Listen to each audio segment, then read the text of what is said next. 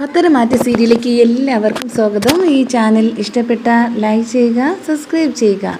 എന്തായാലും മുത്തശ്ശിന് ഭയങ്കര സന്തോഷമാവുകയാണ് ആ ജ്വല്ലറീനെ തോൽപ്പിച്ചതിനെ ആലോചിച്ചിട്ട്.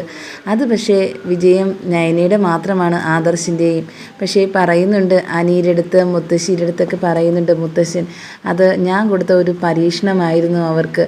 പക്ഷേ അതെല്ലാം അവർ വിജയിച്ചാൽ അവരെ വീണ്ടും തിരിച്ച് ഇങ്ങോട്ട് തന്നെ വരുമെന്ന് എനിക്ക് പൂർണ്ണമായ വിശ്വാസമുണ്ട്. അതൊക്കെ കൊണ്ടാണ് ഞാൻ ഇങ്ങനെയൊക്കെ ചെയ്യുന്നത്. ഞാൻ അവർക്കൊരു സപ്പോർട്ട് തന്നെയാണ് എന്നൊക്കെ പറയുന്നുണ്ട്. അത് ചോദിക്കാൻ കാരണം അനി പറയുക, എന്തായാലും ഇത് കോമ്പറ്റീഷൻ കഴിഞ്ഞ ഉടനെ മുത്തശ്ശനെ ഫോൺ വിളിച്ചെന്ന് എനിക്ക് മനസ്സിലായി നയന ചേച്ചി. അപ്പോഴേ എനിക്കറിയായിരുന്നു മുത്തശ്ശനും ഈ കൂട്ടത്തിലുണ്ടെന്ന്.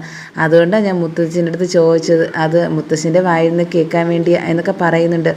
എന്തായാലും ഇത് കേട്ട ഉടനെ പറയുന്നുണ്ട്, അത് തന്നെയാണ്, ശരി തന്നെയാണ് നീ ഉദ്ദേശിച്ചത്. എന്തായാലും അവിടെ വിജയത്തിന് നമ്മുടെ വിജയം മാത്രമാണ്. അത് എല്ലാവരും കൂടെയല്ലേ, നമ്മുടെ കുടുംബത്തിന് വേണ്ടിയല്ലേ അവരിതൊക്കെ ചെയ്യുന്നത്. അതൊക്കെ മനസ്സിലാക്കണ്ടേ എന്നൊക്കെ പറയുന്നുണ്ട്. എന്തായാലും കുടുംബസ്നേഹമുള്ള കുട്ടിയാണ് അതുകൊണ്ട് തന്നെയാണ് ഈ വിജയത്തിന് പിന്നിൻ്റെ രഹസ്യവും എന്നൊക്കെ പറയുക. ഇത് കേട്ടിട്ട് അനി പറയുക, അത് ശരിയാ, പക്ഷേ മുത്തശ്ശനിപ്പോൾ ആലോചിച്ച കല്യാണം അതിന് മാത്രമേ ശരിയല്ലാത്തേ ഉള്ളൂ എന്നൊക്കെ പറയുന്നുണ്ട്. അതെനിക്ക് മനസ്സിലാവില്ല എന്താണെന്നൊക്കെ ചോദിക്കുന്നുണ്ട്. അത് എൻ ജ്വല്ലറിയിലുള്ള അവരുടെ മകളായതുകൊണ്ട് തന്നെയാണ് എനിക്ക് ഇങ്ങനെയൊക്കെ തോന്നുന്നതെന്നൊക്കെ ചോദിക്കുന്നുണ്ട്. അതിന് വിഷമിക്കേണ്ട കാര്യമൊന്നുമില്ല, നമുക്ക് വിധിച്ചതേ നടക്കുകയുള്ളൂ എന്നൊക്കെ മുത്തശ്ശൻ പറയുന്നുണ്ട്. എന്തായാലും ഞാൻ തീരുമാനിച്ചില്ലെന്ന് ഒരു വഴി അങ്ങോട്ട് മാറത്തുമില്ല എന്നൊക്കെ പറയുകയും ചെയ്യുന്നുണ്ട്. എന്തായാലും നയനയും ആദർശക്കും സംസാരിക്കുക. എന്തുകൊണ്ടെന്ന് വെച്ചാൽ മുത്തശ്ശനാണെങ്കിൽ നമ്മുടെ വിജയത്തിന് പിന്നിലുണ്ടെന്ന് എനിക്കൊരു നല്ല വിശ്വാസമുണ്ട് എന്ന് പറയുന്നു. അപ്പം നയനയാണെങ്കിൽ മിണ്ടാതിരിക്കുക. നയനയ്ക്കാണെങ്കിൽ എല്ലാം അറിയാമെങ്കിലും പക്ഷേ ആദർശിൻ്റെ അടുത്ത് അങ്ങനെയൊന്നും പറഞ്ഞിട്ടില്ലായിരുന്നു.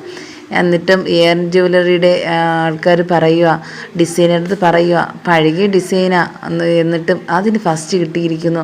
എന്നാൽ നമ്മുടേതാണെങ്കിൽ പുതിയതായിരുന്നിട്ടും ഇതെന്താ വിജയം നമുക്ക് കിട്ടാത്തത് എന്നൊക്കെ ചോദിക്കുന്നുണ്ട്. ഇത് ചോദിച്ചതും അവർ പറയുക, എന്തായാലും അത് കുഴപ്പമില്ല, നിൻ്റെ കൂടെ സപ്പോർട്ടിന് ഇനിയും ഞാനും ഉണ്ടാവും, ഇനിയും ഉണ്ടല്ലോ എന്നൊക്കെ പറയുന്നുണ്ട്. ഇത് കേട്ട ഉടനെ പറയുന്നുണ്ട്, നന്ദു പറയുക, എന്തായാലും ഇതിന് വിഷമിക്കേണ്ട കാര്യമില്ല, എന്തായാലും എല്ലാം ശരിയായിക്കോളും കേട്ടോ എന്നൊക്കെ പറയുന്നുണ്ട്.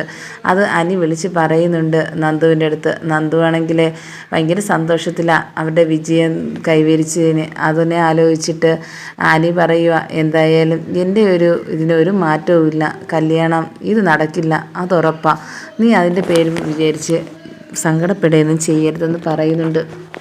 ഇത് കേട്ട നന്ദു പറയുക, എനിക്ക് സങ്കടമൊന്നുമില്ല, എന്നാലും വിധിച്ചതല്ലേ അത് നടക്കട്ടെ, നീ എന്താ ഇങ്ങനെയൊക്കെ പറയുന്നതെന്ന് അനി ചോദിക്കുകയും ചെയ്യുന്നുണ്ട്.